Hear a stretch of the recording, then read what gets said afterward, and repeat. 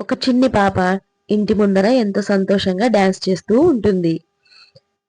ఆ పాప ఒక నీలిరంగు రాయిని చూస్తుంది.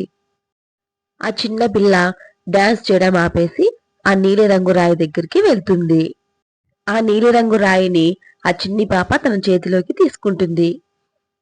అరే, ఎంత బావుందో! ఏం రాయి ఇది? ఇది తెలుసుకోవాలంటే వెళ్ళి మా అమ్మని అడగాలి అని వాళ్ళమ్మ దగ్గరికి ఆ చిన్ని పాప పరిగెత్తిపోతుంది. వెళ్ళి వాళ్ళమ్మకి చూపిస్తుంది. అమ్మా అమ్మ, ఇదేంటో చాలా బాగుంది చూడు అని అడుగుతుంది.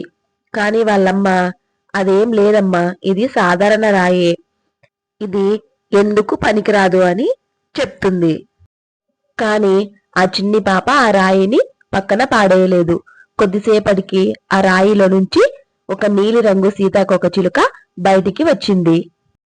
పాప